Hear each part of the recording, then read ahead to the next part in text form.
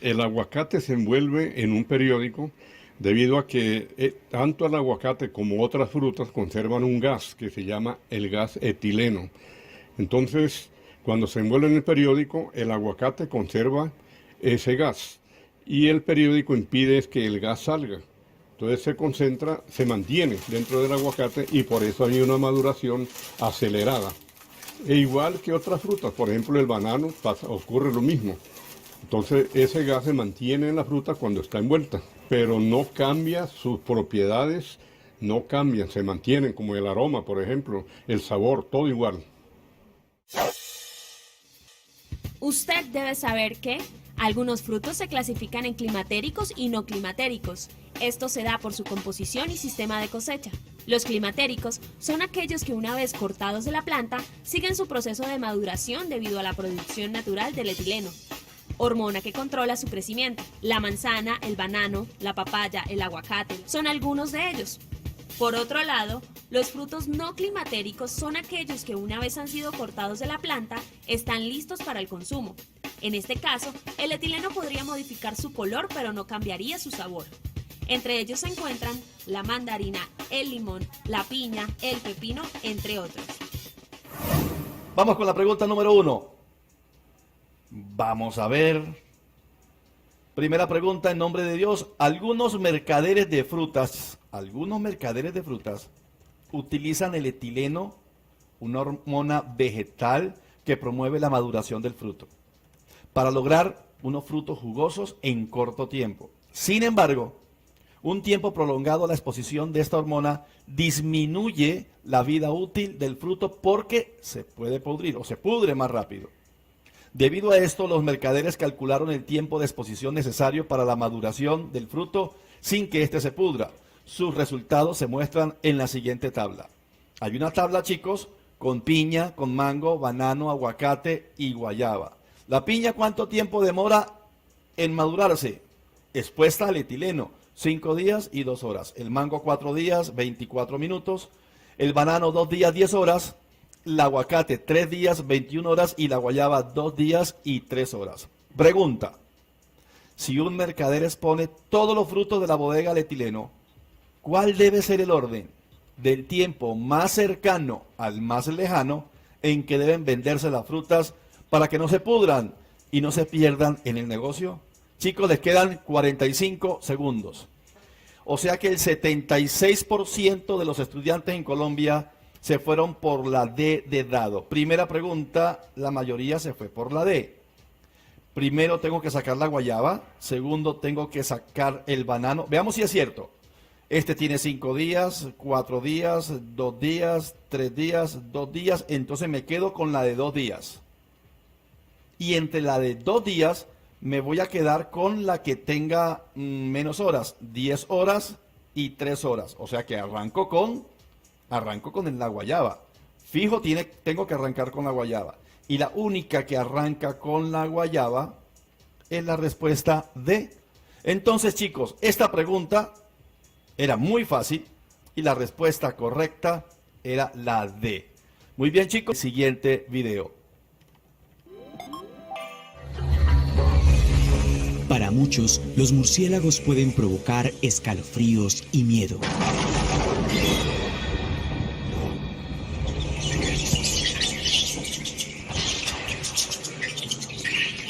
Su aspecto, los sonidos que emiten y la forma de alimentarse han marcado su reputación como un animal peligroso que habita en la oscuridad.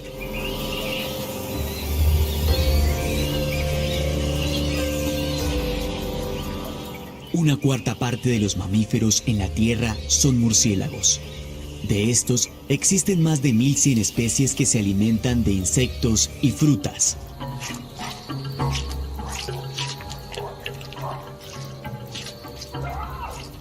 Pero hay una criatura voladora que se ha encargado de provocar terror en el reino animal. El murciélago vampiro, el único en el mundo que se alimenta de sangre. Estos animales son pequeños en tamaño, pero grandes en apetito. Tienen la habilidad de ecolocalizar a su víctima por el calor corporal. En solo un año, una colonia de 100 murciélagos vampiros podrían drenar la sangre de 25 bovinos. Debido a su sed por la sangre, los murciélagos vampiros son los responsables de transmitir enfermedades como la rabia a otras especies por medio de la saliva. Sin embargo, los murciélagos cumplen un papel importante para los ecosistemas, pues al igual que las abejas y las aves, estos también ayudan a polinizar las plantas para que germinen y produzcan frutos. Vamos con la pregunta número 2, sin más preámbulos. Vamos con la pregunta número 2 sobre murciélagos. Chicos, un grupo de estudiantes quiere saber cuáles son las especies de murciélagos que pueden transmitir la rabia al ganado. Ellos observaron 3 especies en la zona y descubrieron que la especie 1 se alimenta de sangre, mientras que la especie 2 y 3 se alimentan de frutas. A partir de esta información, los estudiantes concluyen que todas las especies de murciélago de la zona transmiten la rabia al ganado. Sin embargo, su profesora les indica que esta conclusión es incorrecta, ya que no tuvieron en cuenta el tipo de alimentación de las especies de murciélagos. Pregunta, estudiantes, pregunta, ojo, ¿cuál de las siguientes es una conclusión correcta según la investigación realizada por los estudiantes? En este momento, con pantalla completa, chicos, no tienen ninguna excusa. Les voy a dar 1 minuto, 20 segundos para que la respondan.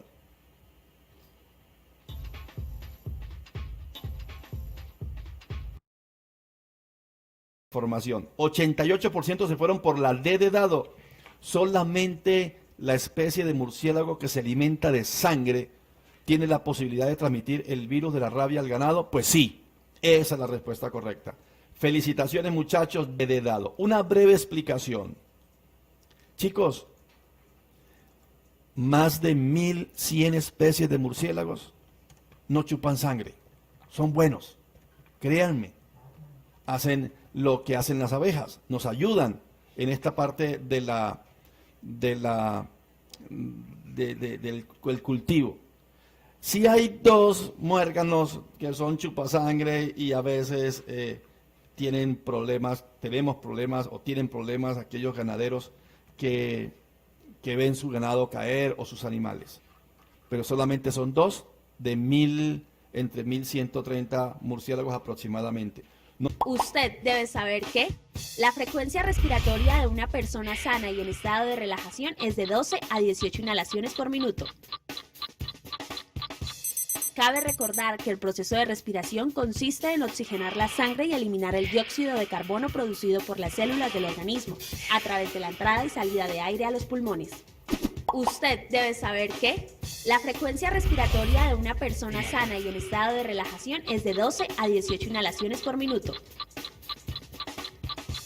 Cabe recordar que el proceso de respiración consiste en oxigenar la sangre y eliminar el dióxido de carbono producido por las células del organismo a través de la entrada y salida de aire a los pulmones.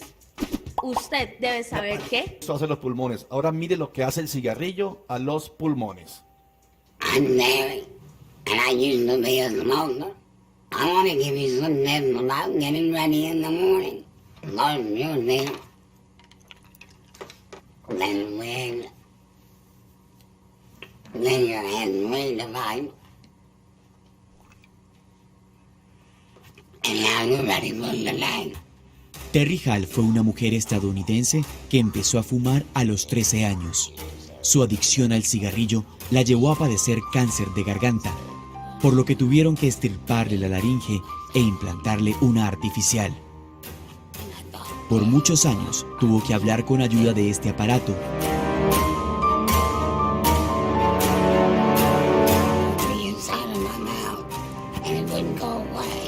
Pero no fue suficiente.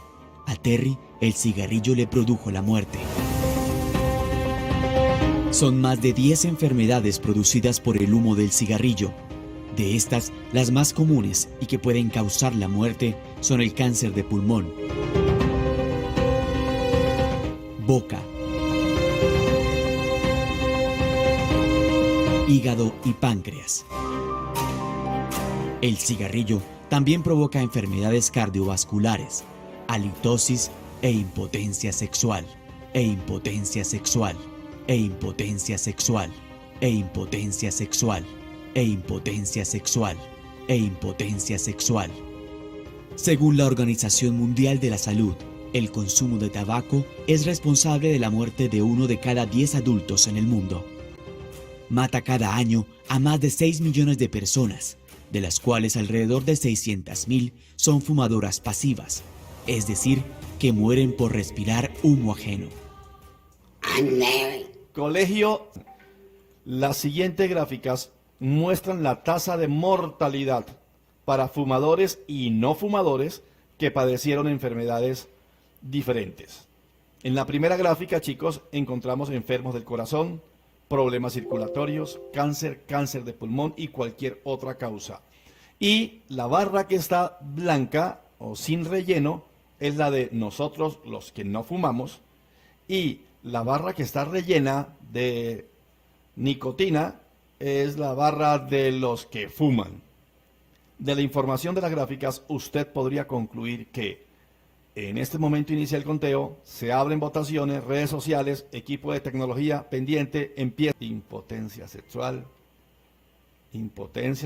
chicos. Sigan fumando. Ah, la tienen clara. Los que no fumamos tenemos una menor tasa de mortalidad sin importar la causa. Muy bien, eso es cierto.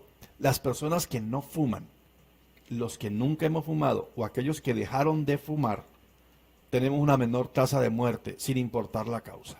10 puntos, hijos, y la respuesta correcta era la D de dado. Chicos, ¿se han preguntado cómo lleva a cabo tu cuerpo todas las actividades que realizas? Como sabes, el interior de tu cuerpo está formado, además de muchas otras cosas, por diferentes estructuras que cumplen funciones determinadas llamadas órganos. Sin embargo, estos órganos no funcionan de forma independiente. Todos se organizan y trabajan en conjunto formando un aparato. Estos aparatos cumplen funciones específicas que permiten el funcionamiento de tu cuerpo. El cuerpo humano está formado por muchos aparatos. El aparato circulatorio es uno de ellos. ¿Qué es el aparato circulatorio? El aparato circulatorio se encarga de distribuir el oxígeno y los nutrientes por todo tu cuerpo. Además, recoge los productos de desecho que se generan durante el funcionamiento normal del cuerpo y todo esto se transporta a través de la sangre, que es un líquido que en el humano es de color rojo y está formado por varios tipos de células. Una de ellas, los glóbulos rojos, que son los encargados de transportar el oxígeno. Los glóbulos blancos, que son los encargados de defender nuestro cuerpo de diferentes enfermedades. Y la última, las plaquetas que permiten la coagulación de la sangre cuando sufrimos una cortadura o nos raspamos la piel. Durante esta coagulación de la sangre, ella se torna espesa y evita su pérdida cuando se genera una herida. ¿Cuáles son los principales órganos y estructuras del aparato circulatorio? El aparato circulatorio está formado por el corazón y los vasos sanguíneos. Hablemos del corazón. Este es el principal órgano del aparato circulatorio, es musculoso y además es hueco y está ubicado en la cavidad torácica y se divide en 4 cavidades. ¿Sabías que el corazón late más de 100.000 veces al día? Además, es el encargado de mantener la sangre en movimiento y llevarla a diferentes partes del cuerpo. Ahora hablemos de los vasos sanguíneos, que son diferentes conductos a través de los cuales fluye la sangre y juntos forman una red completa de vasos sanguíneos que son de 3 tipos. El primero, las arterias, que son las encargadas de llevar la sangre con oxígeno desde el corazón hacia todos los órganos del cuerpo. Segundo, las venas, que son las encargadas de transportar la sangre cargada de dióxido de carbono y de otros desechos que se generan por el funcionamiento del cuerpo desde los órganos hacia el corazón. Y por último, los capilares, que comunican a las arterias con las venas. El trabajo coordinado de todos estos componentes permite el buen funcionamiento del aparato circulatorio. Ahora, chicos, por favor, respondan las siguientes 2 preguntas. Número 4, no fuimos. La voy a colocar en pantalla en este momento. La circulación de la sangre permite transportar oxígeno desde los pulmones hasta las células y llevar dióxido de carbono desde las células hasta los pulmones. Además de transportar estos gases, la sangre lleva nutrientes y sustancias de desecho. La sangre viaja a través de los vasos sanguíneos y es impulsada por los latidos del corazón, movimiento que puede aumentar o disminuir según las necesidades del cuerpo o, entre comillas, si usted fuma o no fuma. Porque si usted fuma, hermano, su corazón ya sabe lo que pasa. Pregunta número 4. La función del corazón en la circulación consiste en... En este momento tienen 1 minuto.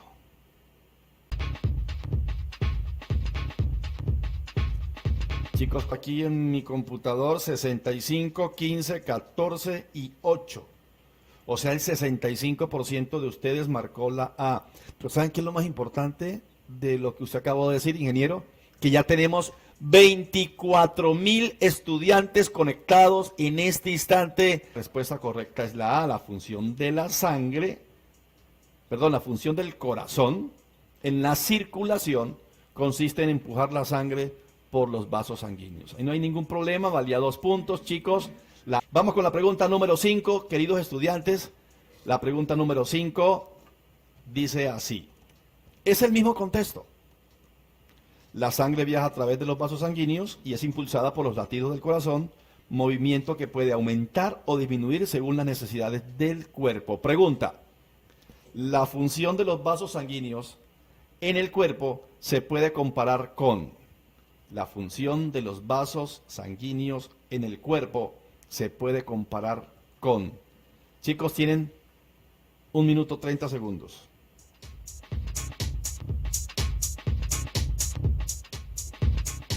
Esa fue la analogía que ustedes hicieron. Por 2 puntos, chicos. La respuesta correcta efectivamente era la B de Barranquilla. Felicitaciones. No sé, hoy llegaron como que muy pilos. Llegaron re pilos los chicos. Debes saber que, según la Unión Internacional para la Conservación de la Naturaleza, el caracol africano es una de las 100 especies exóticas más destructivas del mundo. Este molusco, que habita en los departamentos de clima tropical, es considerado una amenaza para la salud, pues según expertos, su baba tiende a ser tóxica y puede causar enfermedades como meningitis y problemas intestinales. Muy bien.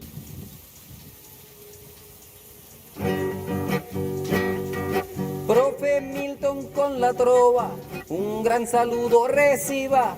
Permítame agradecerle por esta iniciativa. Y de ciencias naturales tenemos muy fuerte base. Ya se acabó biología, de química va la clase. Qué tierra tan hermosa, qué playas tan hermosas hay en el Chocó y qué paisajes hermosísimos hay en el Nariño. Es maravilloso, hay un tema de química que nunca falla y se llama la tabla periódica. La tabla periódica. Tenemos un video de la tabla periódica.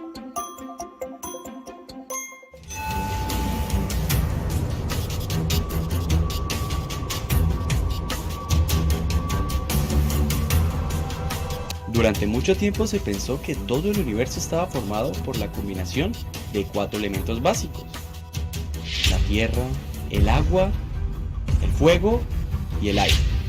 Después de investigaciones descubrieron que la materia es más compleja y que los elementos eran más de 4.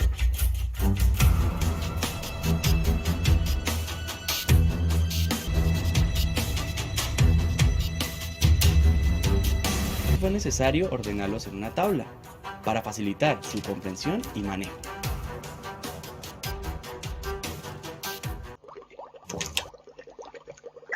En 1869, el químico ruso Dmitri Mendeleev publicó una tabla en la que organizó los elementos de manera creciente con respecto a sus pesos atómicos. Esta tenía 63 elementos y con el tiempo se fueron agregando nuevos a medida que fueron descubiertos. Gracias al aporte de este y otros científicos, tenemos el día de hoy lo que conocemos como tabla periódica. Hasta el momento se conocen 118 elementos, pero quizá en el futuro se descubran más. ¿Sabías que se llama tabla periódica porque posee filas y columnas? ¿Y que el término periódico se debe a que las propiedades de los elementos se repiten en forma periódica? En la tabla periódica los elementos se organizan según su número atómico, que es la cantidad de protones en el núcleo del átomo del elemento, y van creciendo de izquierda a derecha. También los organizan en filas a las que llaman periodos, y en columnas a las que se les llama grupos.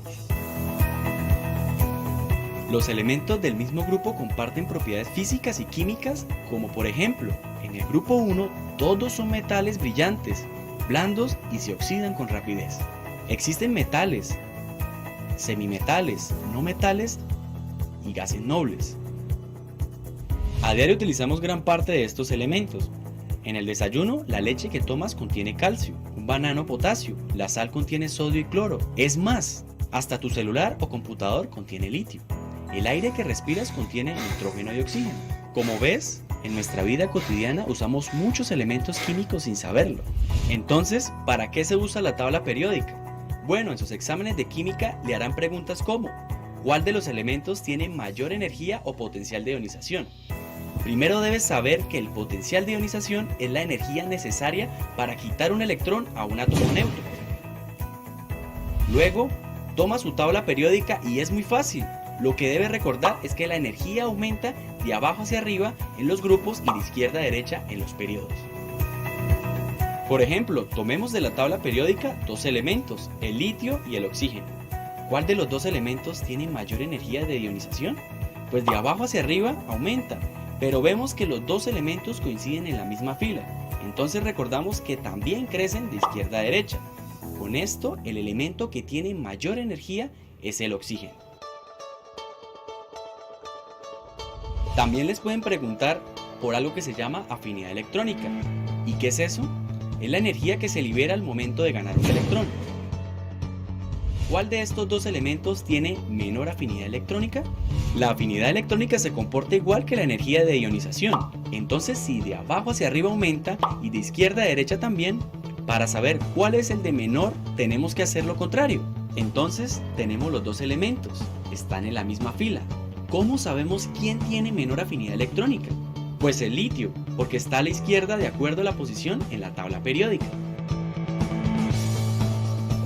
Otra pregunta que puedes encontrar sería algo como: ordene de mayor a menor los elementos según su electronegatividad, que es la capacidad que tiene un átomo para atraer electrones. Además, es importante resaltar que el grupo 8, los llamados gases nobles, no poseen dicha propiedad. Como dato curioso, ¿sabías que el elemento más electronegativo es el flúor? Entonces atrae más electrones.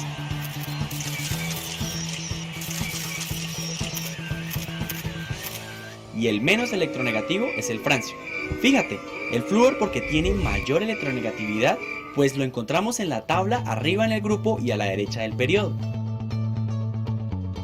Y por último, ¿qué es el radio atómico? Sencillo, es el que indica el tamaño de los átomos, qué tan grandes son. Pero ojo, hay que prestar atención acá, porque es una de las propiedades que es contraria a la de las otras tres. Quiere decir que el radio atómico aumenta hacia la izquierda en los periodos y de arriba hacia abajo en los grupos. Entonces, si tomamos potasio y nitrógeno, ¿cuál es el elemento más grande? Pues, si es lo contrario, entonces el más grande es el potasio, porque está a la izquierda y más abajo del nitrógeno. Ahora respondan las siguientes preguntas. Las 9 en punto. Se sabe que el radio atómico aumenta a medida que el número del periodo aumenta, y a medida que se avanza en los grupos, su tendencia es contraria a la electronegatividad. Electronegatividad. Muy bien, chicos. En la tabla mostrada, el elemento de menor tamaño atómico es menor tamaño atómico. ¿Será que les ayudamos? ¿Será que les ayudamos? Aumenta de derecha a izquierda y de abajo hacia arriba. Aumenta de derecha a izquierda y de abajo hacia arriba. Voy a colocar la pregunta. Ahí la tiene. Ampliémosela, ingeniero. Gracias. Chicos, aumenta de derecha a izquierda. Pero lo escribo. Hacia arriba. Ey, ¿qué más quieren? Busquen la respuesta correcta.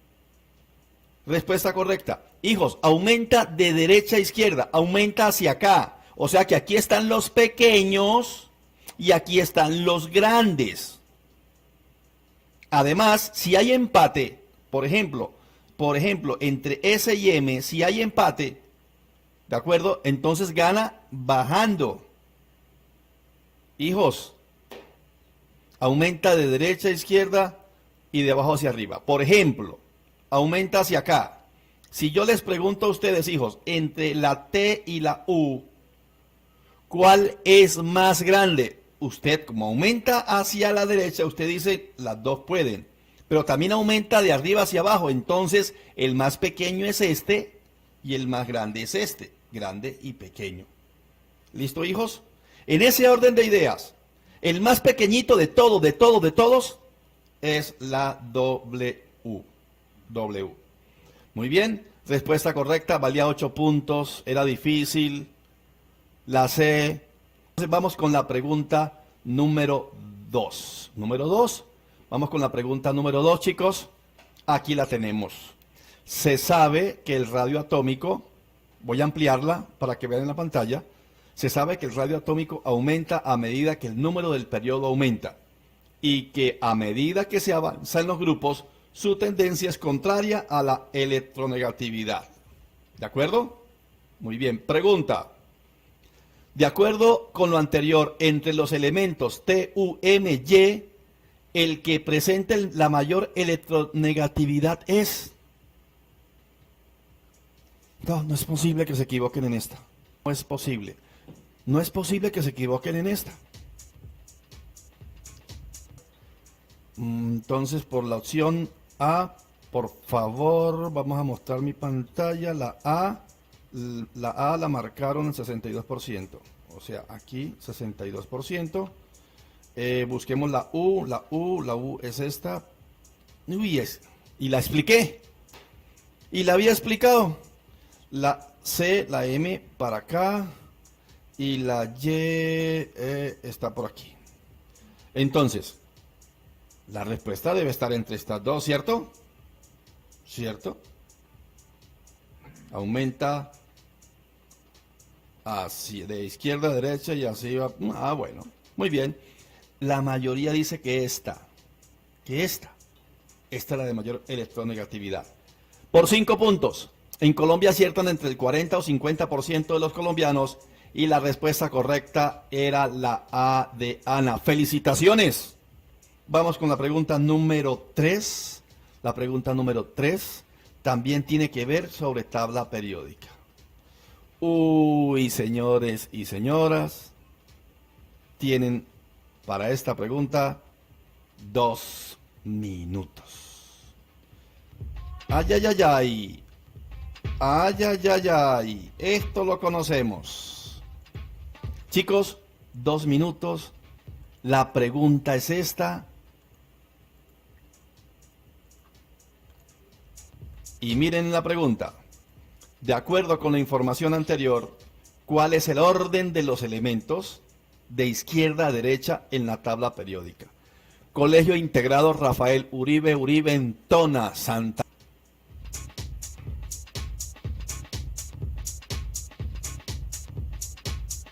Entonces, la clave estaba en la electronegatividad. Y la electronegatividad aumenta,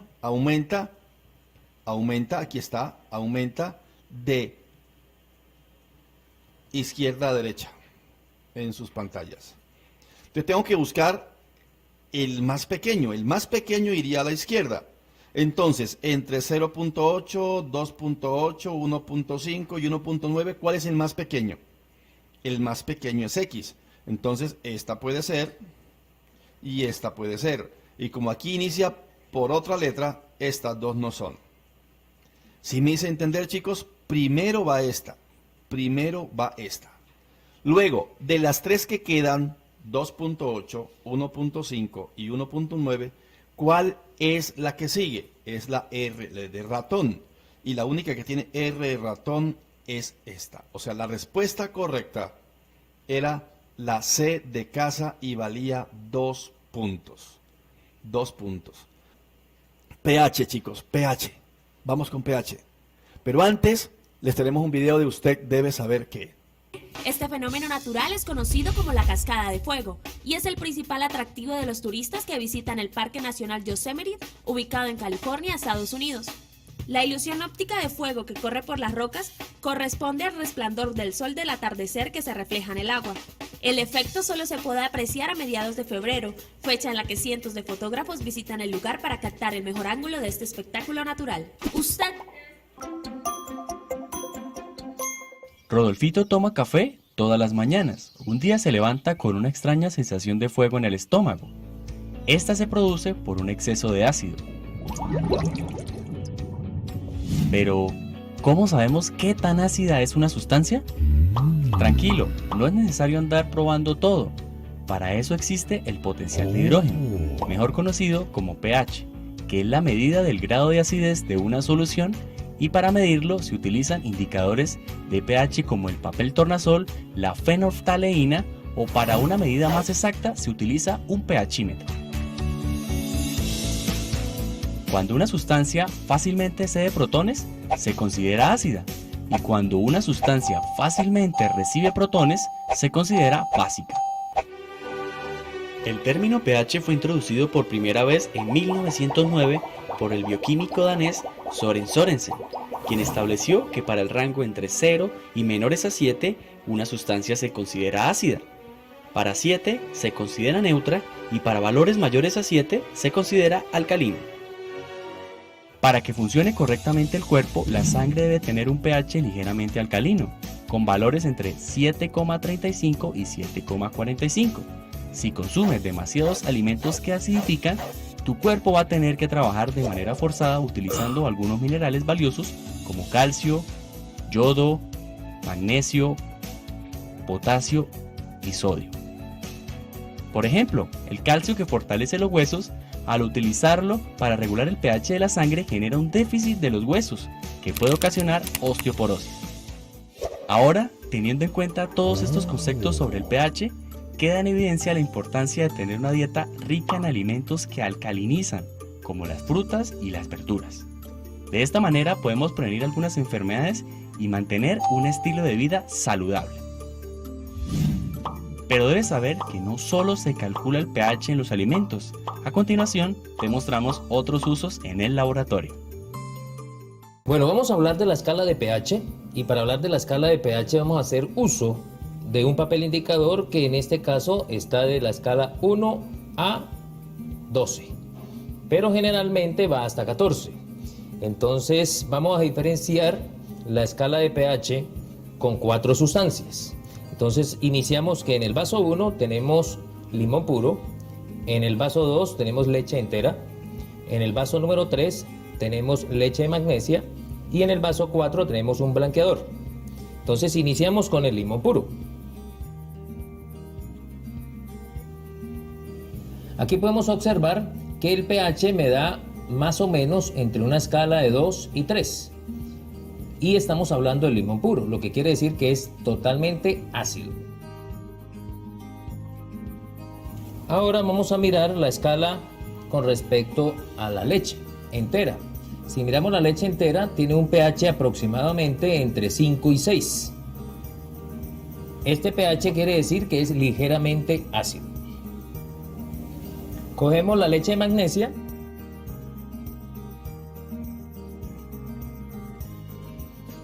Y la leche de magnesia observamos de una vez que la escala nos va hacia la básica. En este caso estaríamos hablando de una escala entre 10 y 11, un pH básico. Y ahora cogemos el ejemplo de un blanqueador. Si miramos de una vez en la escala del blanqueador, estaríamos hablando de un pH también más o menos entre 8 y 9. Entonces nos indica que es básico. Bueno, ahora vamos a hacer una comparación entre el limón puro que tenemos aquí y limón con agua. Vamos a mirar qué pasa con el pH. Es importante aclarar que el pH va a variar y la acidez también va a variar.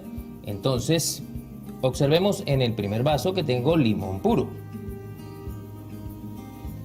Aquí observamos que el color que me está dando pertenece a un pH entre 2 y 3. Ahora vamos a mirar el pH del agua con limón.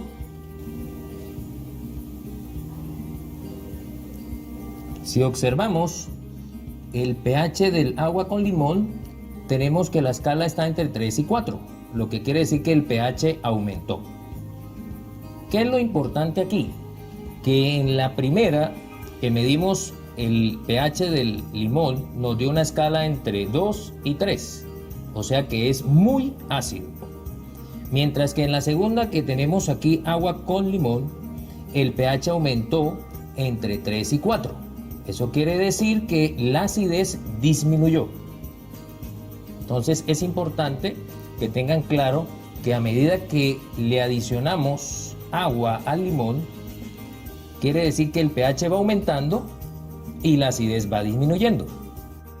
En conclusión, mis queridos estudiantes, es importante que cuando hablamos de la escala de acidez, a medida que va aumentando el pH, la acidez va disminuyendo. Quiere decir entonces que es inversamente proporcional. Mientras que en la escala de 7 a 14, que es alcalina, a medida que va aumentando el pH, la basicidad o la alcalinidad va aumentando. Ahí son directamente proporcionales. Vamos con la pregunta número 4 de pH. ¿Listo? Nos fuimos. Pregunta número 4. Para la preparación de los medicamentos se emplean sustancias en diferentes cantidades, de acuerdo con el producto que se quiera obtener teniendo en cuenta su pH. Les voy a dar a partir de este momento 2 minutos para que contesten, pero antes les voy a explicar algo. Esta parte, chicos, esta parte que estoy subrayando no es pregunta, esa parte es información. La verdadera pregunta es esta, que está con amarillo. Pero de eso que está con amarillo, esta es la pregunta principal. ¿De acuerdo? Entonces, voy a leerles la pregunta principal. La pregunta principal es, de acuerdo con lo anterior, el pH de la solución es. El pH de la solución es. ¿De cuál solución me están hablando? De esta. Una solución que es básica. Entonces, el pH de esta solución que es básica es, chicos, tienen 40 segundos. Estallen las redes sociales.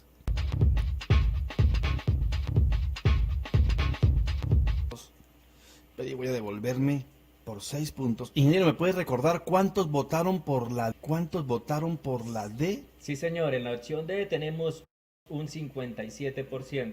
57% de los chicos en Colombia.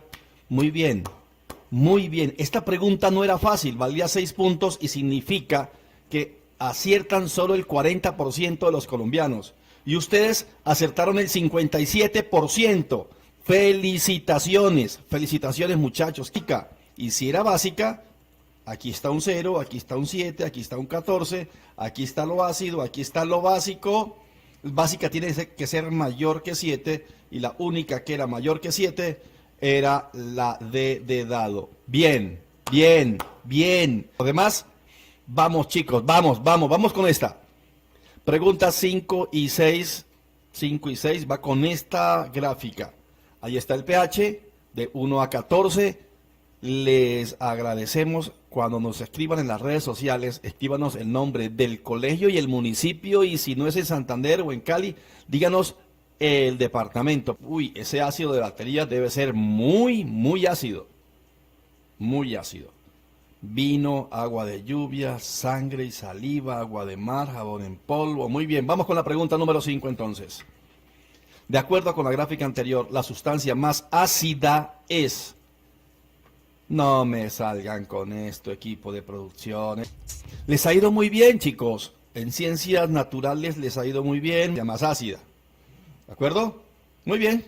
Muy bien, esto no hay que explicarlo, eso estaba muy fácil. Para acá están los ácidos y esta es la más ácida. Felicitaciones. Excelente, chicos, excelente. Vamos con la pregunta número 6. Teniendo en cuenta la información anterior, si alguien manipula ácido de baterías y tiene contacto directo con dicho ácido, ¿cuál sustancia permitiría neutralizarlo? A, lluvia ácida.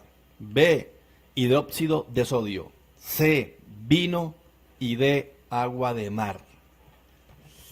Esta pregunta es muy chévere. Ojo, si alguien manipula ácido de baterías, que es extremadamente ácido, muy ácido, tiene que neutralizarlo con algo muy básico. Los que marcaron agua de mar están igual que yo. Esta pandemia, tanto encierro, tengo unas ganas de ir al mar. Entonces, pues yo veo agua de mar en la respuesta y coloco agua de mar, pero agua de mar no es, chicos, no es. Es la sensación de ir al mar que les hizo marcar a este 10% esta respuesta, pero agua de mar no es. La respuesta correcta, obviamente, queremos una ácida, tenemos que buscar una base, y esta es una base, el hidróxido de sodio, y esa sería la sustancia que nos permite neutralizarla. ¿No hay? Claro que sí, profe. Ahora les voy a contar una historia con 3 trovas.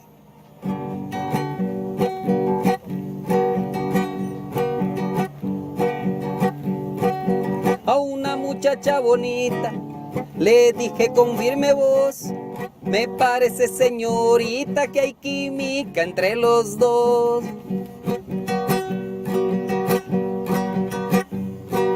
Y ella me respondió de manera contundente: parece que aquí no hay un enlace covalente. Y ahora sí, hablemos de química. De mezclas y de compuestos, de iones y de elementos, son asuntos en que quiero tener más conocimientos. Y en las clases del profe Milton se puede lograr. Hoy quiero recordarles que en sociales hay 3 pensamientos. 3 pensamientos. El pensamiento o competencias, el pensamiento social, el pensamiento sistémico y perspectivas. De pronto eso a usted le parece como difícil, como así que perspectivas, como así que social, como así que...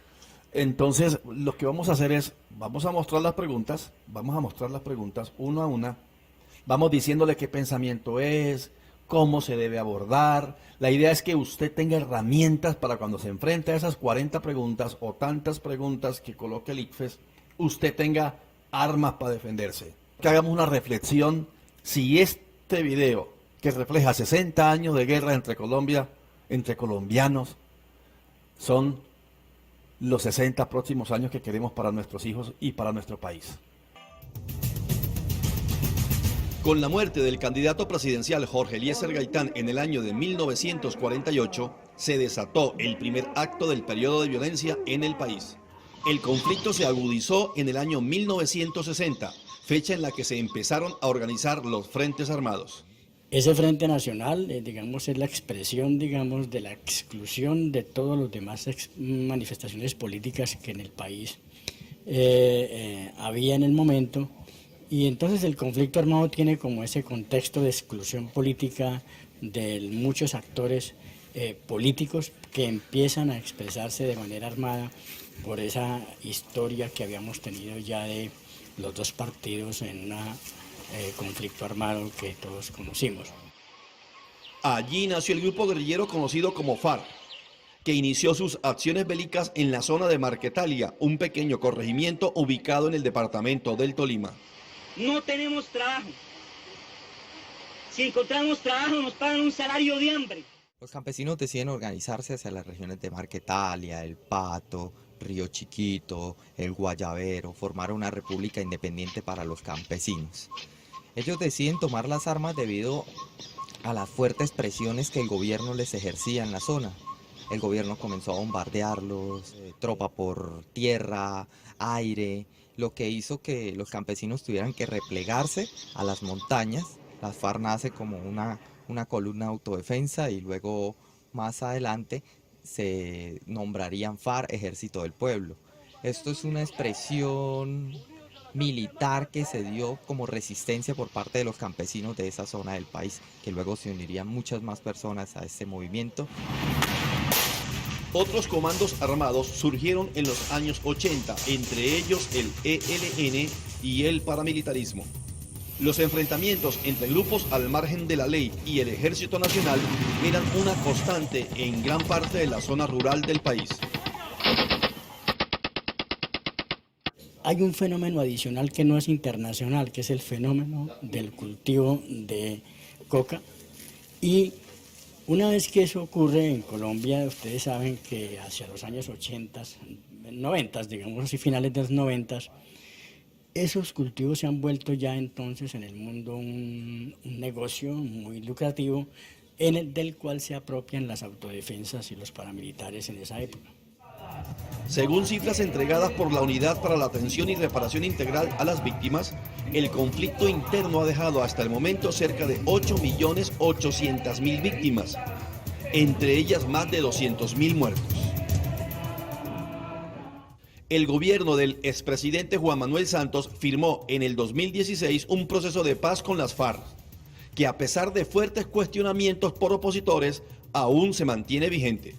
La palabra paz queda herida con la aceptación de que los responsables de delitos de lesa humanidad como secuestro, carros bomba, reclutamiento de niños y violación de niñas no vayan un solo día a la cárcel y puedan ser elegidos a posiciones públicas. Especialistas en el tema señalan que este se considera el conflicto interno más duradero en la historia del hemisferio occidental.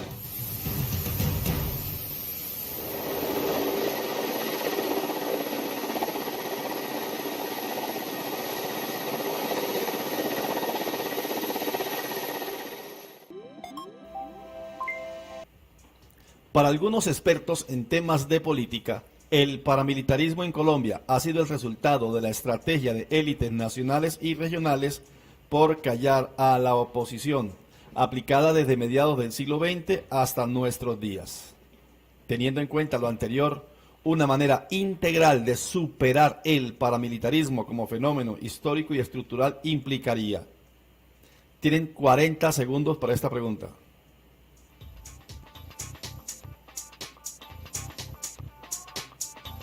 29% la A, 18% la B, 20% la C y 33% la D. La mayor votación la tuvo la D de dado, pero con 33%. 33%. Hagamos algo. Una pregunta tipo ITFES tiene dos partes. La primera parte se llama tronco y la segunda parte se llama opciones de respuestas. ¿De acuerdo? Tronco y opciones de respuestas. El tronco, a su vez, se divide en dos partes. El tronco se divide en dos partes, 1 y 2. Esa primera parte, chicos, se llama contexto y esa segunda parte se llama enunciado. Ojo con esto, contexto y enunciado.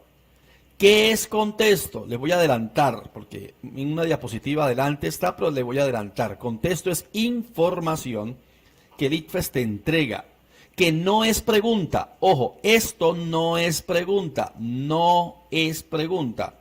Es información que el ITFES te entrega para que te familiarices con la pregunta. Le adelanto, la pregunta es esta, se llama enunciado. Muy bien, ahora sí, ¿qué es enunciado? Enunciado sí es la pregunta, es lo que vale. Entonces, ¿qué hace el ITFES? Coloca información, luego coloca la pregunta. Y abajo están las opciones de respuestas, que son 3 distractores y una clave. Aquí coloqué la clave cualquiera, puede ser cualquiera, aquí coloqué la B. ¿Cuál es el juego del ITFES? ¿Qué es lo que el ITFES quiere que tú hagas? El ITFES quiere que tú hagas dos cosas, pero la mayoría de colombianos solamente hace una. Repito, el ITFES quiere que tú hagas dos cosas, pero la mayoría de los colombianos hace solo una. ¿Cuál es la que hace la mayoría de los colombianos? Pues descarta 3 inmediatamente va y marca la respuesta correcta. ¿Y qué es lo que quiere que haga el ICFES? Que hagas 2 pasos, descartas 3 y el segundo paso es, ojo con esto, una la pregunta con la respuesta y compruebes, como si tú fueras un ingeniero, comprobar. Eso es lo que quiere el ICFES. Muy bien, ya lo hacemos de una manera práctica. Permítame un segundo y nos vamos. Entonces repasemos, contexto, este es el contexto. Este, señor, es enunciado. ¿Qué voy a hacer ahora? A repetirles. ¿Qué es contexto? Contexto es información que no es pregunta, que te sirve para 2 cosas, para ayudarte o para perjudicarte. ¿Cómo te perjudica? Si tú crees que lo azul es pregunta. Si tú crees que es pregunta, te puedes confundir. Lo azul no es pregunta, lo azul es información. Bueno, veamos. ¿Qué hice? Lo que acabé de hacer, chicos, es eliminar el contexto y eliminé las opciones de respuesta. Y me estoy quedando con algo que voy a dibujar de azul de ahora en adelante, como si fuera un semáforo. Me quedé solo con el enunciado. De ahora en adelante voy a llamar amarillo a enunciado. A este señor voy a llamar verde y a la respuesta correcta la voy a llamar roja por lo peligroso. Y voy a montar un semáforo, verde, amarillo y rojo. Y la pregunta la voy a dejar de amarillo. ¿Estamos de acuerdo? Como no los puedo escuchar, me imagino que en sus casas dijeron sí. Muy bien, muy bien. Entonces, cuando muestre lo amarillo, chicos, ¿qué es la pregunta? Quiero que hagan esto. Ustedes se pregunten si lo que está en amarillo está redactado en singular o está redactado en plural. Es lo primero que quiero que hagan. Lo primero, si está redactado en singular o en plural, porque el autor tiene una intención y yo quiero saber, o ustedes deberían saber, si la intención del autor es en singular o en plural. Vamos a mirarla, busquémosla. Una manera integral el paramilitarismo. En sus casas, respóndanme. ¿Será que está redactado en singular o en plural? ¿Singular o plural en sus casas? No escucho singular o plural. Perfecto. Está en singular. Además, es algo integral. Si está redactado en singular el enunciado, la respuesta correcta debe estar en singular. Y además debe ser algo integral. Ingeniero, por favor me dice cuál fue la que más votaron. No hay signo de puntuación.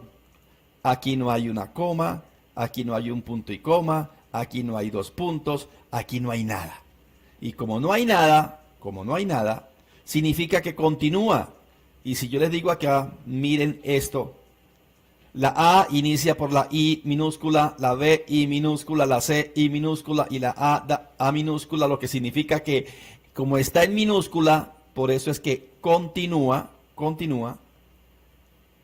Entonces podemos mirar la D. 33% de ustedes marcaron la D. La D. Miremos qué dice la D.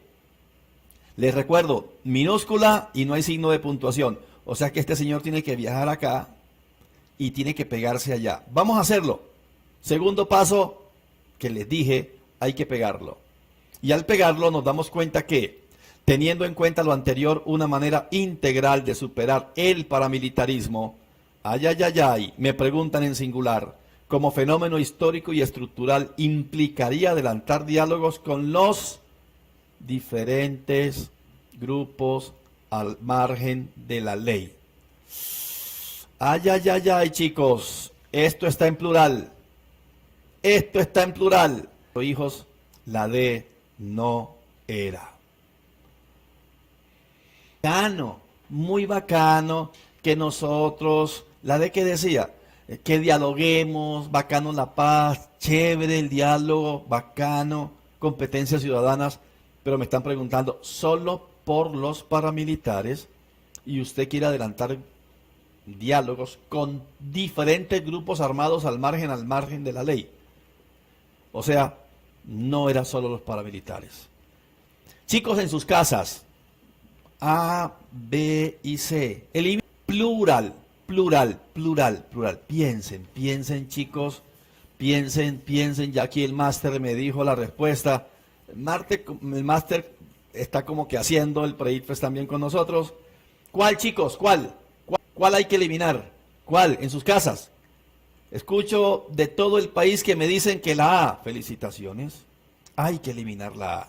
Peguemos la A, peguémosla y nos damos cuenta que singular, la respuesta está en singular, grupos armados estaba en plural.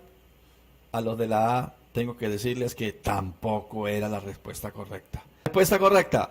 Ta ta ta ta ta ta ta ta ta ta ta. Muy bien chicos, por 5 puntos. La respuesta es la B. Y acertaron. ¿Qué porcentaje acertaron, ingeniero? Esto pasó. El ICFES está preguntando. Tiene que ver con política y violencia y comentarios. Vamos a ver el video. Y de este video, con una pregunta pruebas a ver. El video se llama Amigos del Terrorismo. Senador Cepeda tiene el uso de la palabra por 1 hora. Una moción de orden, senador Uribe.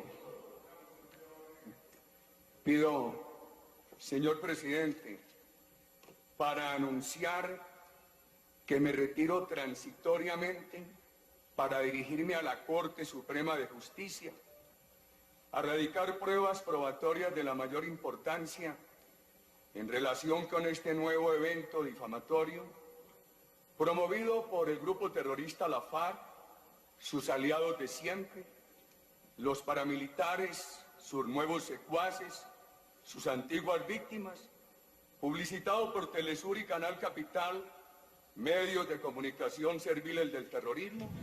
Bueno, como es de público conocimiento, el senador Álvaro Uribe Vélez públicamente señaló a Canal Capital, el canal público de los bogotanos, el canal público donde trabajan más de 300 empleados, contratistas de Canal Capital, lo señaló de servir cómplice del terrorismo. Así las cosas, a mí como funcionario público y cabeza de Canal Capital, me obliga la ley a instalar las denuncias pertinentes. Hemos denunciado hoy al senador Álvaro Uribe Vélez por injuria y calumnia. Y porque siendo la cabeza de la segunda fuerza política más importante del país, le cabe toda la responsabilidad por lo que le pueda pasar a cualquier funcionario de Canal Capital. Hoy un señalamiento de cómplices serviles del terrorismo, lo dice la historia de este país, le cuesta la vida a las personas. Muy bien, veamos la pregunta, entonces pregunta número 2. Hace unos años, y con relación a la publicación de algunas noticias y declaraciones en un canal de televisión con respecto al papel de la guerrilla en el conflicto armado, un influyente político colombiano hizo una declaración pública en la que afirmó que hay algunos amigos del terrorismo que fungen como periodistas. Por este motivo, los relatores para la libertad de expresión de la Organización de las Naciones Unidas, la ONU, y de la Organización de Estados Americanos, OEA, declararon que funcionarios y figuras políticas deben abstenerse de emitir declaraciones públicas que estigmaticen a los periodistas críticos y generen un ambiente de intimidación que afecte la libertad de expresión en el país. Pregunta: ¿cuál de las siguientes proposiciones justifica mejor esta declaración de los relatores para la libertad de expresión? Voy a hacer el semáforo, chicos. Ahí estoy dibujándolo. Amarillo, voy a colocarles el verde es información y ustedes van por el rojo, Miremos el amarillo. ¿Cuál de las siguientes proposiciones justifica mejor la declaración, esta declaración de los relatores de la libertad de expresión? ¿Qué tienen que hacer? Buscar en el verde la declaración de los relatores. Y entonces voy a buscarla. Los funcionarios, declararon los relatores, los funcionarios, pero tiene que ser con amarillo, lo siento, voy a borrar, amarillito. Esta es la declaración. Ahí la tienen. ¿Cuál declaración, chicos? Los funcionarios y figuras públicas deben abstenerse de emitir declaraciones públicas que estigmaticen a los periodistas críticos y generen un ambiente de intimidación que afecte la libertad de expresión en el país. Análisis de perspectivas. Identifique las causas. Muy bien. Que una figura política llame a alguien amigo del terrorismo podría tomarse como una autorización implícita para hacerle daño. ¿Qué dijeron los de la OEA y los de la ONU, los relatores para la libertad de expresión? ¿Qué dijeron? Que los funcionarios y figuras públicas, entre ellos, llámese Santos, llámese Uribe, llámese Galán, llámese como se llame, deben abstenerse de emitir declaraciones públicas que estigmaticen a un periodista o a un grupo de periodistas críticos, porque puede generar un ambiente de intimidación y puede que afecte la libertad de expresión del país. Entonces, la respuesta correcta, chicos, por 6 puntos, era la C de casa. Que un caso, Álvaro Uribe, llame a alguien amigo del terrorismo, podría tomarse como una autorización implícita para que le hagan daño. Para la pregunta número 3, tenemos el siguiente video. Es una guerrilla de medio tiempo, una guerrilla virtual. Está en la tarde y en la noche duermen como campesinos. Existen un día como guerrilla y al día siguiente son campesinos. Yo lamento que situaciones como estas se presenten, pero ante todo, yo creo que se está evitando un mal mayor con una incursión como esta, dura y fuerte y difícil que el país la entienda. No tiene aceptación de ninguna manera, pero yo creo que las cosas que le impiden con acciones como esta, a largo plazo son muchísimas.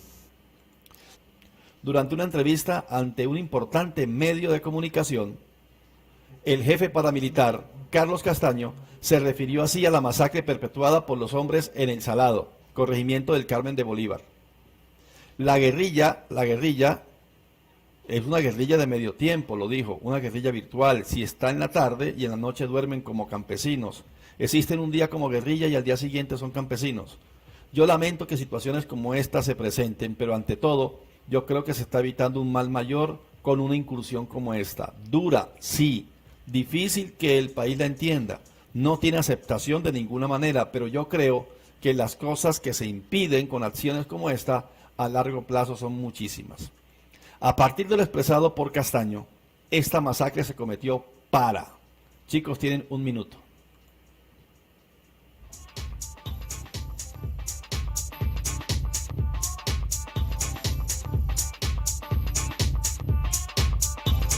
Estos textos, chicos, los coloca el ICFES para mirar la intención de ustedes de una manera crítica. ¿Cómo es su lectura crítica en este momento? Que ustedes critiquen la posición del contexto que colocó el autor. La postura de ustedes debe ser la de un estudiante que argumenta a partir de un texto. Lo que quiere es identificar la postura del representante. Eso es lo que se quiere. Y usted identifique esa postura de una manera crítica. A, B, C y D.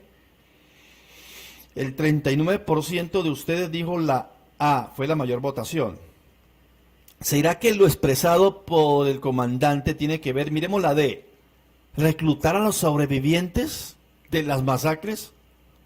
O sea, aquel que quede vivo vamos a reclutarlo. Yo pienso que este 18% no hizo una lectura crítica del texto. La C de casa, consolidar una zona de influencia paramilitar y establecer una política de alianza con los campesinos. ¿Será que después de esa masacre podría haber una alianza entre los campesinos? Queda A o B. Castigar a los insurgentes que se hacen pasar por campesinos y así prevenir en un futuro la expansión guerrillera, esa me suena. O la B, proteger a los campesinos de los ataques guerrilleros y prevenir en un futuro la muerte de más civiles. Si existió una masacre de campesinos, no es para proteger a los campesinos, entonces en ese orden de ideas, la respuesta por 8 puntos, con razón, acertó el 39%, era la A. Les repito, este es un tipo de competencias, muchachos, que lo que quiere el ICFES ni siquiera es nuestra empresa. Lo que quiere es que usted tenga una lectura, una posición crítica ante un texto. El 13 de noviembre de 1985 ocurrió en Armero, Tolima, el peor desastre natural de la historia de Colombia, una tragedia que arrasó con la vida de aproximadamente 25.000 personas.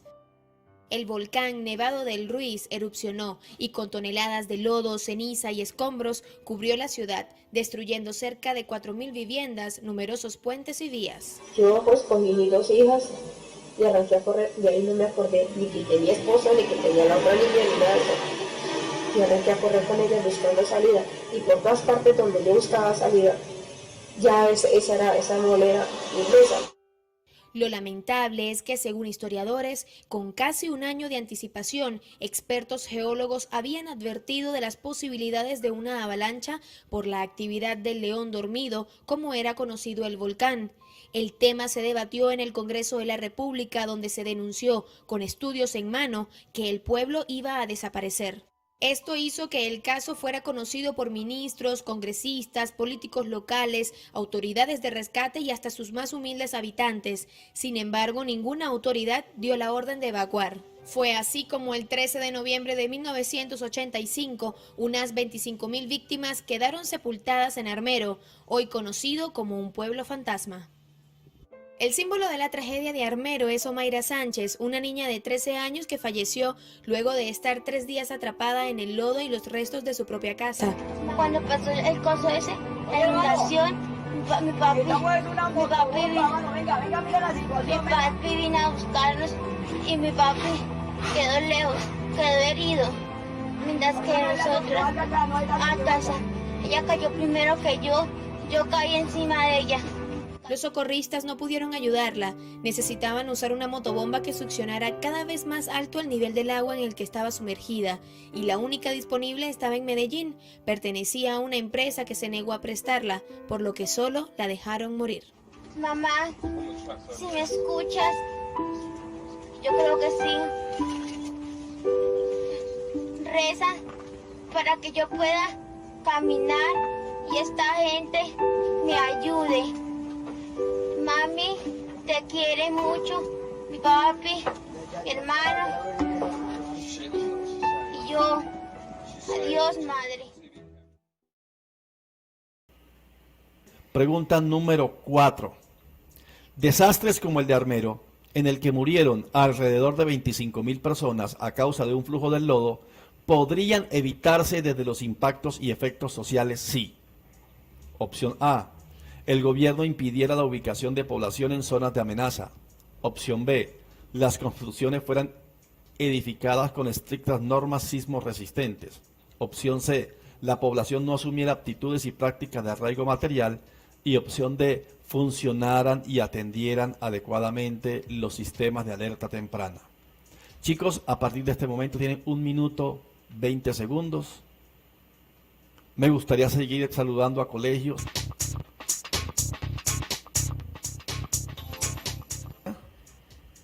Los estoy escribiendo en mi pantalla. Y el mayor tuvo la C. La población no asumiera aptitudes y prácticas de arraigo material. O sea, si la población no se apegara a lo material. Vamos a información. Quiero que miren lo amarillo, hijos. Lo amarillo, lo amarillo. ¿Cuántos componentes tiene el amarillo?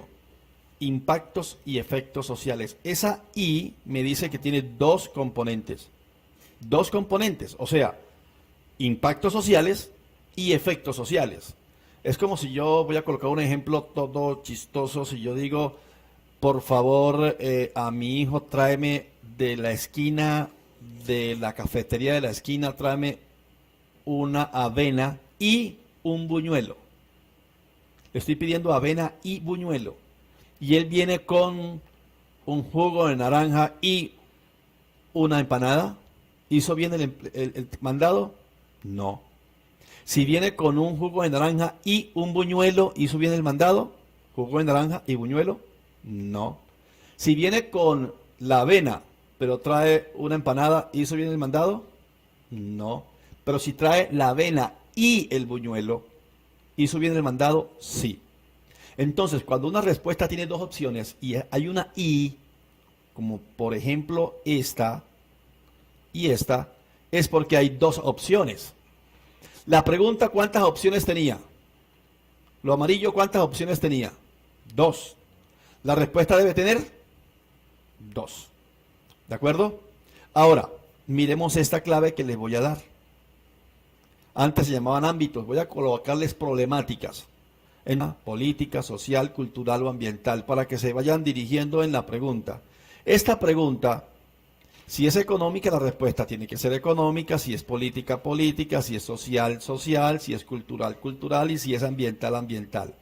Miremos la pregunta de qué componente era, o sea, ¿para qué camino cogía? ¿Para el político, para el social, para el cultural, para el ambiental o para el económico? ¿Para dónde cogía? Económico, político, social, cultural o ambiental. Y la A ¿qué es? Gobierno. ¿El gobierno a dónde pertenece? Económico, político, social, cultural o ambiental. El gobierno, político. Uy, chicos, entonces la A yo creo que tampoco es. Por ahí no es. Por ahí no es. Por aquí creo que tengo los votos. Me voy a devolver para no devolver al ingeniero. 9, 31 y 27. 13, 29, 31 y 27. Que no por culpa de este señor que voy a subrayar con moradito. Muy bien. Además, los que marcaron la B, 39 de ustedes, 39%, están diciendo que hay algo que es sismo resistente. Y yo creo que esa avalancha no fue sismo resistente, ¿o sí? Entre la C y la D. Entonces, entre C y D, por 6 puntos, la respuesta correcta para el ICFES, era la D. Funcionaran y atendieran adecuadamente los sistemas de alerta temprano. ¿Qué es el número 4? Política. La A era política, la B era ambiental, la C era económica y la D era social. Muy bien, vamos con la pregunta número 5. ¿Qué nos trae la pregunta número 5? Seguimos entonces con desastres. Video de Mocoa. Pobreza.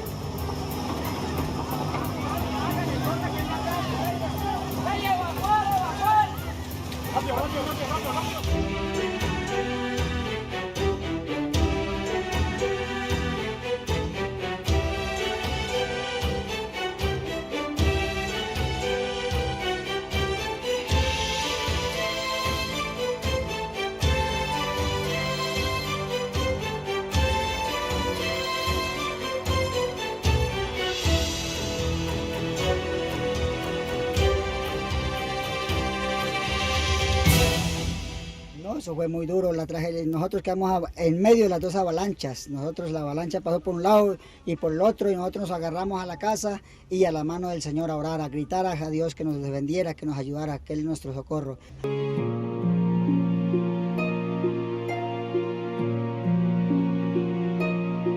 Conectados a esta transmisión. Vamos con la pregunta número 5. La pobreza puede entenderse, en sus pantallas le va a salir, vamos a ampliarlo.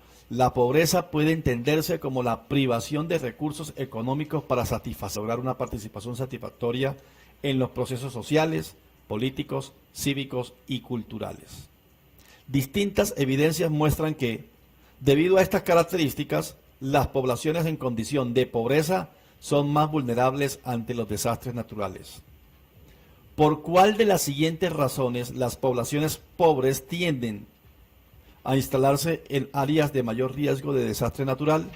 Chicos, tienen 1 minuto 20 segundos.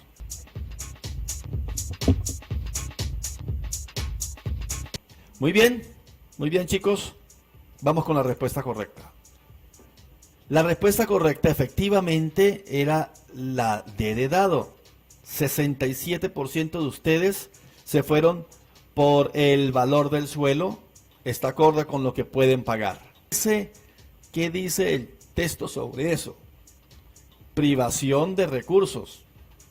privación de necesidades básicas. O sea, no tienen facilidades, al contrario. Y porque con estas áreas pueden tener contacto permanente con la naturaleza, hasta les creo. Sí tienen contacto con la naturaleza, pero esa no es una razón para que ellos se instalen en esos lugares. La respuesta efectivamente era porque el valor del suelo ahí es muy, muy barato, asequible a su poder. Vamos con un video de Usted debe saber que la energía eólica utiliza la fuerza del viento para generar electricidad y se obtiene utilizando aerogeneradores, mejor conocidos como molinos de viento. Una turbina de este tamaño es capaz de producir energía a por lo menos 600 hogares. Según la historia, la primera fue instalada en los años 40 en Vermont, Estados Unidos. El término eólico hace referencia a Eolo, dios de los vientos en la mitología griega.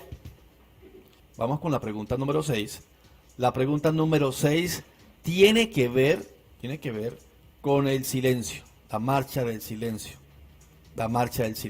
Conflicto. Vamos con la pregunta. En el siguiente fragmento, chicos, un joven universitario explica por qué se dio la marcha del silencio. Se presentó la necesidad de hacer la marcha, no solamente, y eso sí lo quiero dejar muy en claro, por la muerte del doctor Luis Carlos Galán, que tanto nos dolió a los jóvenes y a tantos colombianos, sino también por mucha otra gente, campesinos, soldados y cualquier otro ciudadano colombiano que se ha visto afectado por la violencia. Se planteó la necesidad de esta marcha cuando muere el magistrado Valencia y el coronel de la Policía Metropolitana de Medellín. Esta fuente que está ahí, Fundación Séptima Papeleta, fue la que organizó la Marcha del Silencio.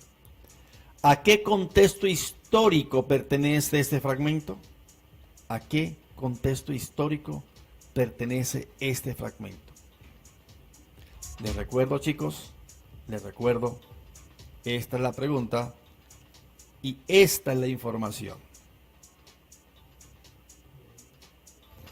Luis Carlos Galán, que era expresidente, era candidato a la presidencia, a muchos soldados, policías, campesinos y mucha otra gente que murió.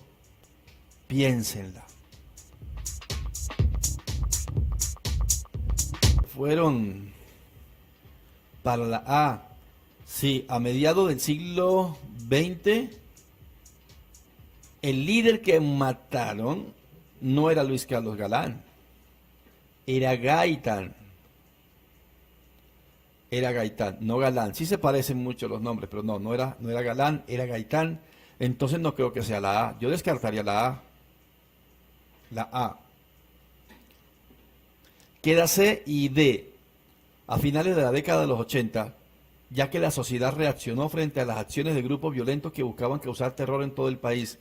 Y eso tiene nombre. Esos grupos violentos creo que tenía que ver con el cartel de Cali, el cartel de Medellín, sobre todo el cartel de Medellín. Todo lo que tenía que ver con Pablo Escobar, con Gonzalo Rodríguez Gacha, etcétera. Entonces, esa me suena. La D, a la primera década del siglo XXI, ya que en este periodo la población civil marchó contra la guerrilla. No. Uy, 9 puntos, ingeniero. Esta pregunta era dura y en sus casas. Los que marcaron la C, súmense 9 puntos. Felicitaciones. La trova tradicional, la trova sencilla. Esto dice así. Aunque hay variedad de temas en la clase de sociales, todos son muy importantes, no hay temas superficiales. Y no hay verdad absoluta, ni hay un solo veredicto por las víctimas que deja el prolongado conflicto. Lo que le podemos recomendar es que utilicen el pensamiento crítico, la lectura crítica, inferencial, aquella argumentación para tratar de identificar cuál es la posición del autor de la pregunta y vamos a responder de acuerdo a esa consecuencia. Muy bien. Hablando de lectura crítica, señores, vamos a la última hora de clases que tiene que ver con lectura crítica.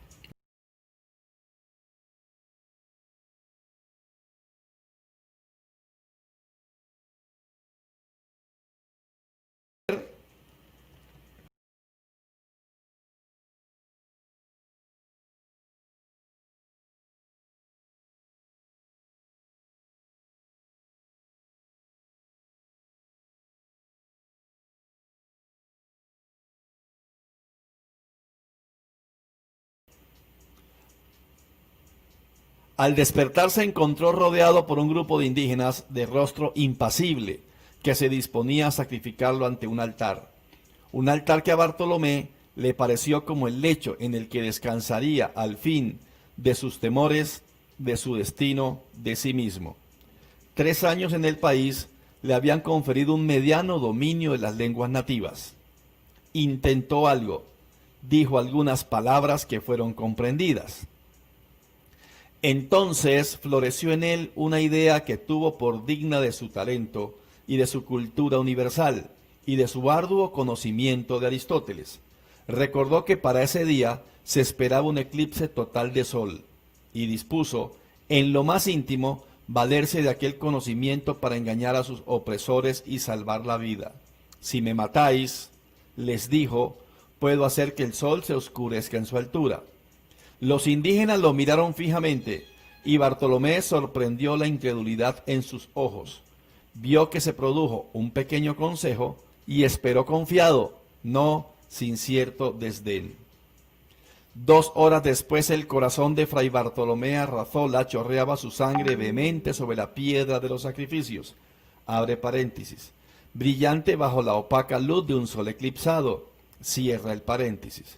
Mientras uno de los indígenas recitaba sin ninguna inflexión de voz, sin prisa, una por una las infinitas fechas en que se producirían eclipses solares y lunares que los astrónomos de la comunidad maya habían previsto y habían anotado en sus códices sin la valiosa ayuda de Aristóteles. Augusto Monterroso, Obras completas y otros cuentos, Editorial Norma, año 1994. Primera pregunta. En entonces, floreció en él una idea digna de su talento y de su cultura universal. El uso del conector subrayado le indica al lector que la idea que se le ocurre a Fray Bartolomé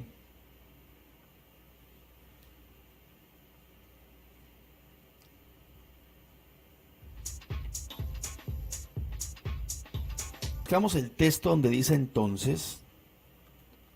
Por acá está. Entonces, aquí está. Entonces, busquémoslo. Entonces. ¿Qué decía antes? ¿Qué decía en la diapositiva anterior? 3 años en ese país, aquí está. 3 años en el país le habían conferido un mediano dominio en las lenguas nativas. Intentó algo, dijo algunas palabras que fueron comprendidas. Entonces floreció en él una idea por digna de su talento y de su cultura universal.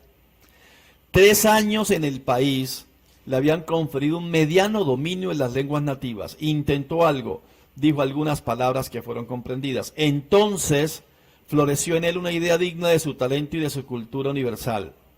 El uso del conector subrayado le indica al lector que la idea que se le ocurre a Fray Bartolomé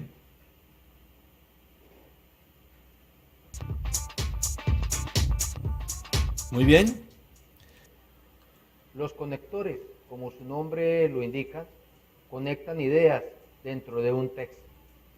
Los hay aditivos, opositivos, causativos, consecutivos, comparativos, reformulativos, etc. Para comprender la función de los conectores, es necesario ver el contexto donde se usan, ya que sólo así la expresión tiene sentido. Sí, los anoté. A ver, el 8% dijo que como ayuda repentina de Dios.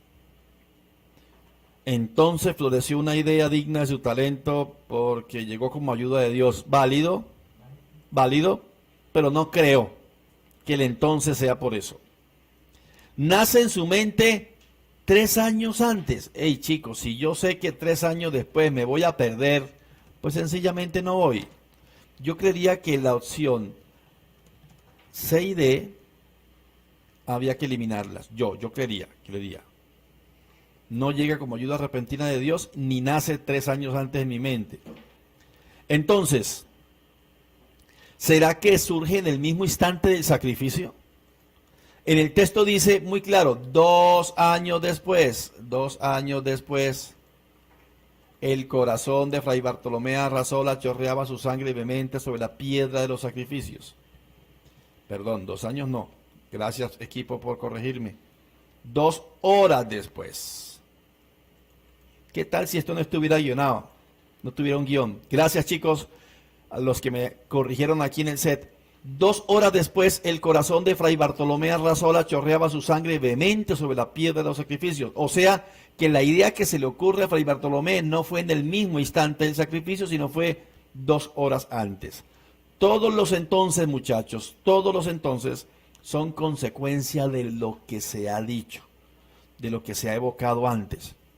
Si yo les digo a ustedes, entonces mañana a las 8 nos vemos, no tendría el mismo sentido si yo les dijera, chicos, mañana continuamos con la transmisión, continuamos con la preparación, entonces mañana a las 8 nos vemos. Ese entonces es consecuencia de lo que se ha dicho antes, lo que se ha dicho, que se ha evocado antes. Vamos con la pregunta número 2. Las expresiones entre paréntesis se usan para aclarar algo dentro del texto. Yo le recomiendo a los estudiantes que tengan en cuenta que se usan dentro del texto para mostrar una característica relevante de la piedra de los sacrificios, y a partir de esta aclaración podrán hallar la respuesta correcta. En la expresión, 2 horas después el corazón de Fray Bartolomé Arrazola chorreaba su sangre vehemente sobre la piedra de los sacrificios, brillante bajo la opaca luz de un sol eclipsado. La aclaración que está entre paréntesis permite comprender que A. Hay una asociación entre el eclipse y la muerte. B. Ha pasado el tiempo en que sucede el eclipse. C. El sacrificio consiste en saber enfrentar el eclipse. Y D. El brillo del sol eclipsado iluminó el corazón sangrante. Muy bien, chicos, tienen 2 minutos.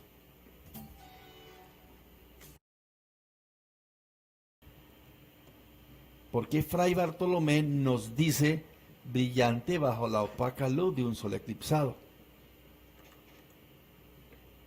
Hicimos un taller y les dije que no fueran a marcar nada literal. No se vale marcar nada literal. Recuérdenlo. Muy bien. La teoría dijo en este caso que la respuesta era la A, la que mayor votos tuvo. Vamos a empezar a eliminar.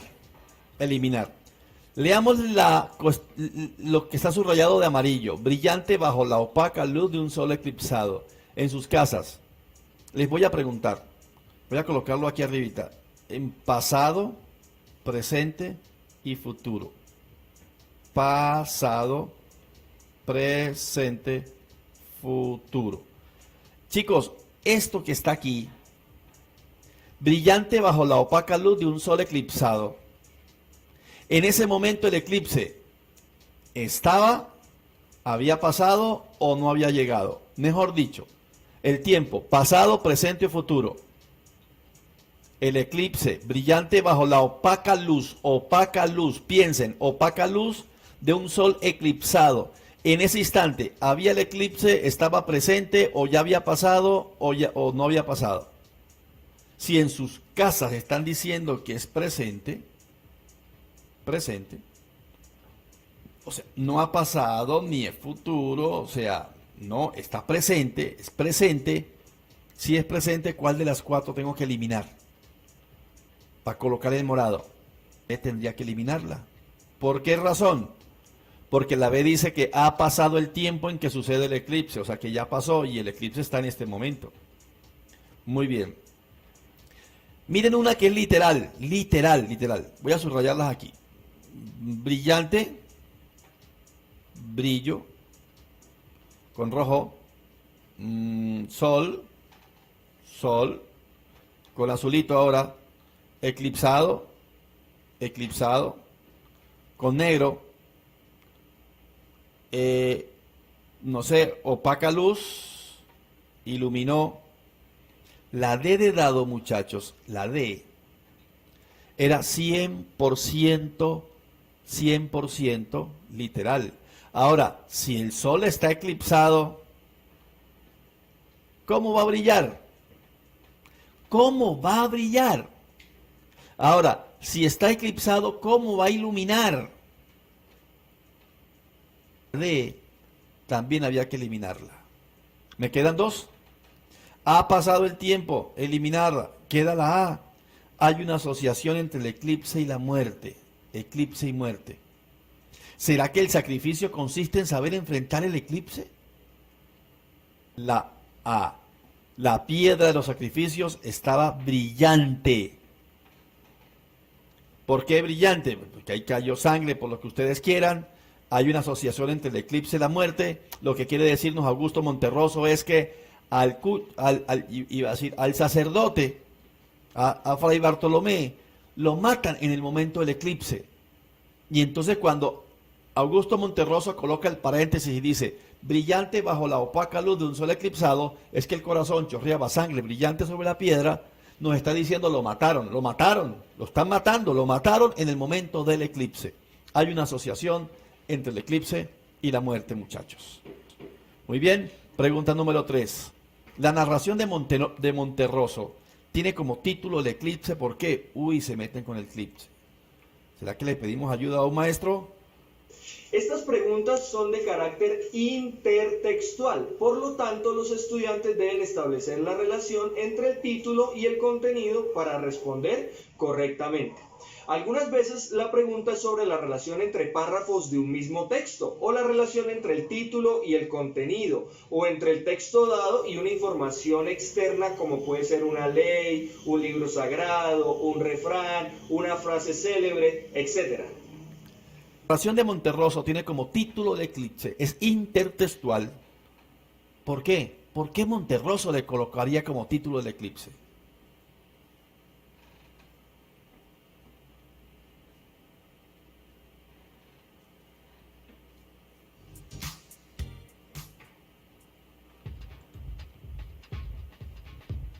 De Barranquilla asocia el eclipse como fenómeno natural con su sentido cultural.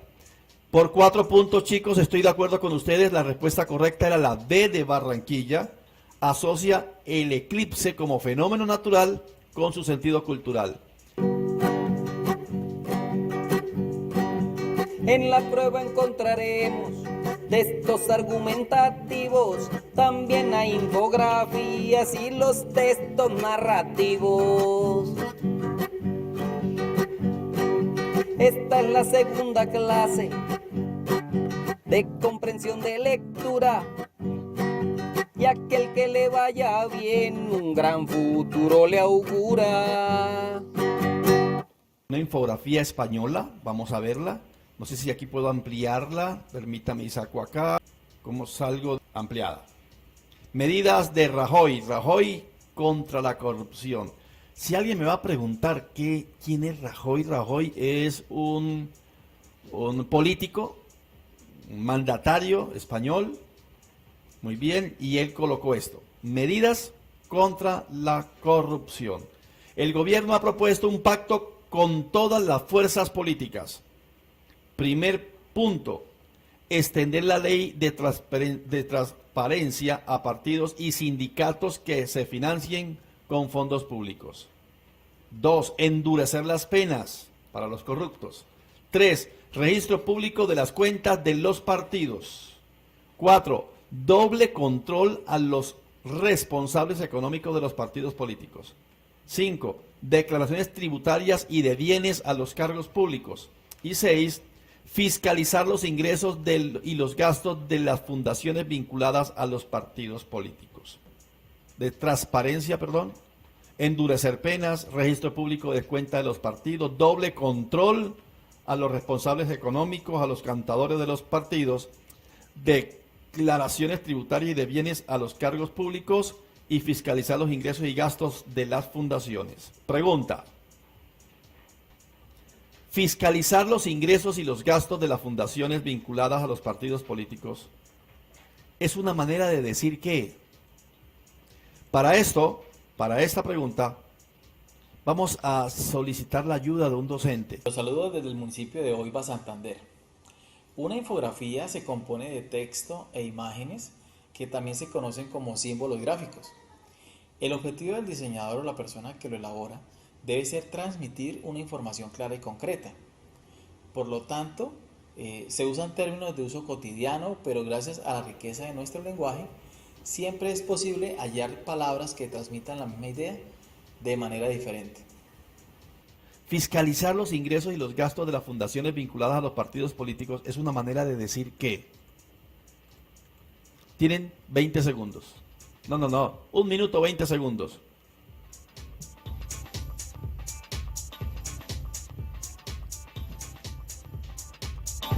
La diapositiva. Ojo, las fundaciones. Las fundaciones no tienen ganancias ni tienen pérdidas, que son los famosos estados financieros. Entonces, mire aquí, estados financieros, y mire aquí, estados financieros. Como son fundaciones, chicos, fundaciones, no tienen estados financieros, ni en España ni en Colombia, digámoslo así. Muy bien, nos quedarían dos, A o C. La A dice, la corrupción se combate regulando la vinculación de fundaciones a los partidos. Y la C, es necesario monitorear el flujo de dinero en las fundaciones con afiliaciones políticas. Cuando Rajoy quiso colocar, fiscalizar los ingresos y los gastos de las fundaciones, y ellos no tienen estados financieros, es monitorear qué, combatir qué, regular qué. ¿Será regular la vinculación de las fundaciones a los partidos o monitorear el flujo de dinero de las fundaciones a los partidos? ¿Listo, chicos? Piénsenlo.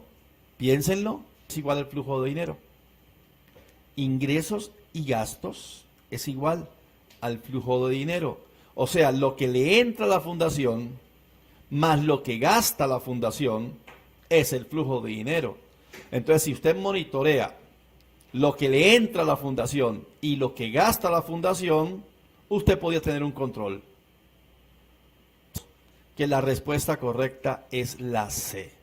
Entonces, si entra un flujo de dinero a las fundaciones, bueno, ¿cómo se mantienen?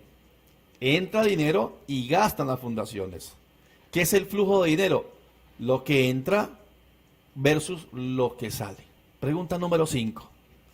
¿De qué manera acompañan los símbolos gráficos de la información? ¿De qué manera acompañan los símbolos gráficos la información? ¿De qué manera acompañan los símbolos gráficos de la información? Seguramente me van a decir, Milton, vámonos para la información. Ahí la tienen. ¿De qué manera acompañan los símbolos gráficos la información?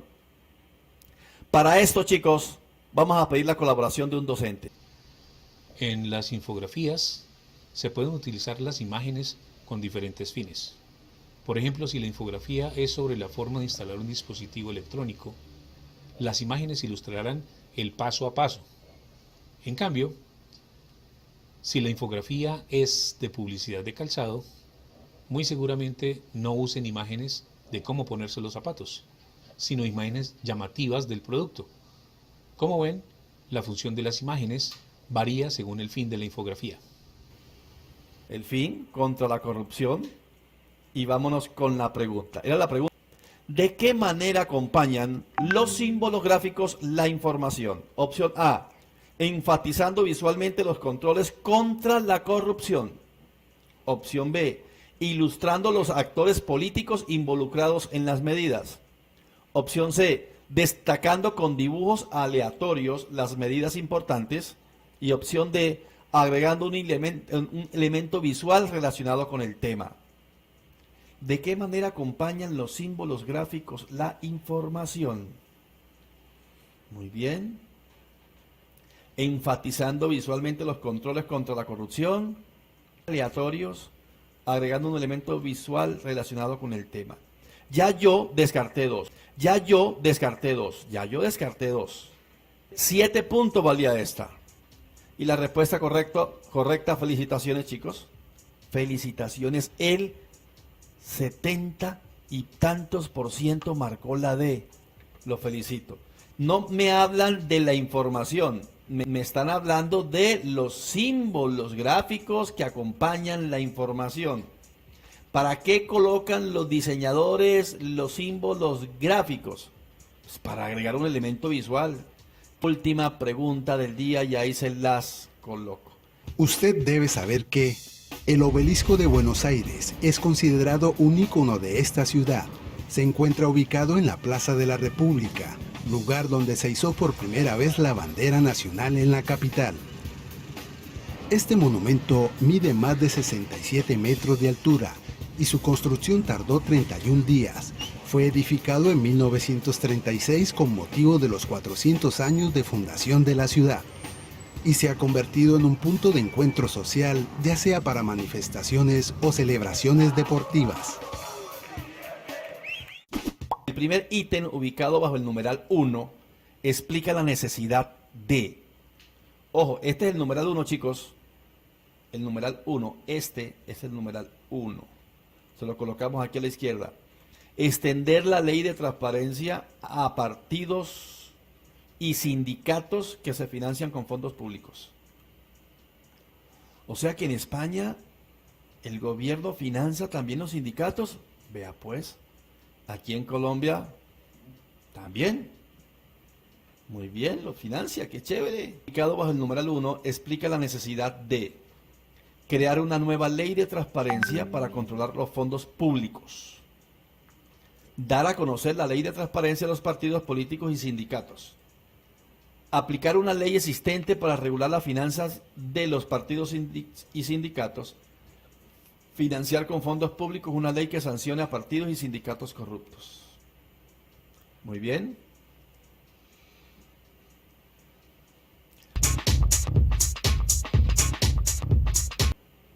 Es ampliar la cobertura. A un ancho de banda, más ancho de banda, decir, extender, ampliar. Muy bien. ¿Será que la ley de transparencia, ojo chicos, existe o no existe en este momento? Financiar con fondos públicos una ley que sancione los partidos y sindicatos corruptos. No. Estamos hablando de una ley de transparencia. Y aquí no está hablando, la D nos dice financiar con fondos públicos una ley que sancione a los partidos y los sindicatos corruptos. No estamos buscando una ley para sancionar porque ya está. Y la ley no hay que financiarla, hay que financiar son a los sindicatos y a los partidos. Muy bien. Eliminada. ¿Será que hay que crear una nueva ley de transparencia? No, porque ya estaba. No hay que eliminar nada. Se fue la A y se fue la D de dado. A y D se fue, quitémosla. Las dos que más votaron quedaron, perfecto. ¿Cuáles son? Dar a conocer la ley de transparencia a los partidos políticos y sindicatos porque no la conocen, o aplicar esta ley que ya existe para regular la finanza de los partidos y sindicatos. Yo creo que ahí sí ya está clara. Yo creo que es la C de casa. Yo creo. 8 puntos, muchachos.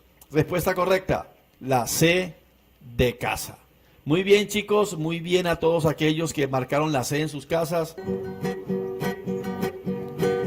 Continuemos motivados, trovando con energía, y los invito a ver la última clase del día.